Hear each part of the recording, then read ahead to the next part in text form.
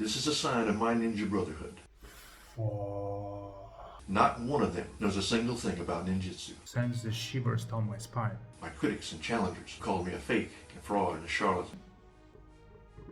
Not one of them can do this. If I would see a guy looking at me like this while trying to impress me with a ninja sticker tattoo, I think I would crap my pants. I can guarantee that. It's only in the last couple of years that I've actually come to realize how widely read and how well known I am. To have a clear vision and an unbiased opinion about his martial art and his philosophy, I decided to give his book a try, read through it. I mean, let's be honest, I read worse stuff.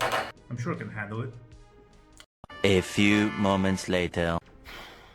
I have a confession to make. Growing up in the Soviet Union, I was exposed to Ninja Turtles at a very young age. I have been blind for many years and I haven't noticed things which were obvious. I felt lost, I felt confused, but I think I have been finally introduced to one of the only legends of ninjutsu. Oh, excuse me, ninjitsu that there are in the world. Secrets of the Ninja has 50 more pages than the original book. It has 80 more pictures than the original book. I was caught by surprise.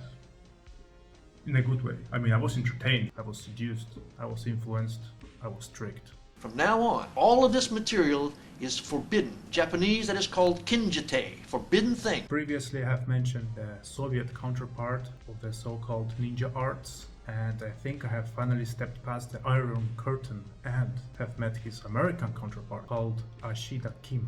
Ashida is a Japanese name, and Kim, which I suppose is a Korean surname. Mixing those together makes you a legit martial artist. You can quote me on that. This guy, oh boy. Looking at his bizarre training, at first I was confused, then shocked, then amused, and finally horrified. As you can see, he's like doing some kind of Spetsnaz ninja training, which reminds me of Systema, but not the Systema which I preach, but the Systema I do not recommend you to try. If you are curious, you can go on. I'm not prejudiced. In fact, I recommend cross it all out.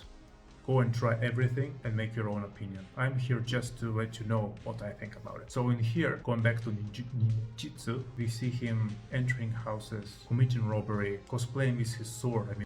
I mean, what kind of nerd do you have to be to walk inside the house with a sword while committing robbery?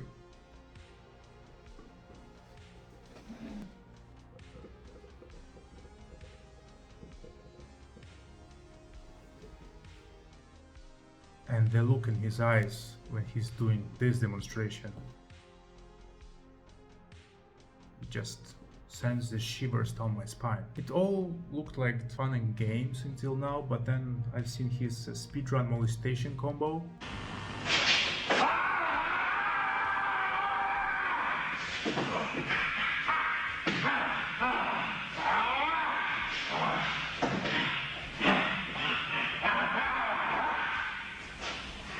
It's pretty intense. It's pretty intense. Trust me. And this is just like solidify the fact that this guy is a menace. This guy is him. This guy could do things. Bad things. And the scariest part is that like he could be anywhere. He could be outside of my home. He could be actually trying to enter my place right now. Like looking at how he's taking out the sentries, infiltrating, throwing sand at people, unlocking the doors, going where he's not supposed to.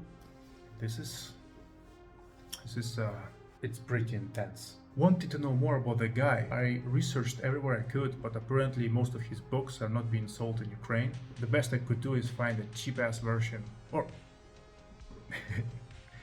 pirated version of his book. And even then I felt scammed by reading that. Going through the book, I've seen several things, like the application of monkey's tail, the pitch technique, which made that combo even scarier, you know, the one which I mentioned previously.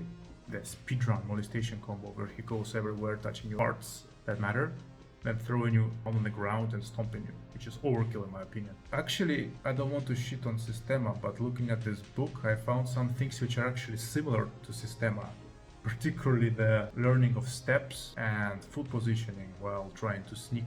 As I mentioned, the sentry takedowns and the forest infiltration and forest guerrilla warfare. I mean, all of these things you were also learning in traditional Spetsnaz in Russia and Ukraine, or well, Soviet Union if you will go that direction. But I think in his example, it's all completely improvised, or he took it from the army video. I would not be surprised, since you can see like Frank Dux, another legend I recently discovered. He was a Navy SEAL, he was a CIA agent, he was in Vietnam. The guy was like in a clandestine missions in Southern Asia. Like, this guy was everywhere. I mean, it's harder to find what he wasn't than what he was. I would like to touch upon him more in the future. He's a fascinating character, but I suppose I cannot add much more than has already been added and already has been said. Holy crap, I cannot believe these books are still being sold for this price. Damn. I mean, speaking of self-respect, and here you can see that this book has been re-released with 50 additional pages. Has 50 more pages than the original book. About forbidden Only I will decide who gets this material. parts of ninjutsu. You know, not like this all mainstream bullshit like throwing stars and opening locks. All this mainstream crap is too obvious. Now, these 50 pages, I'm sure they teach the real things. For levitation,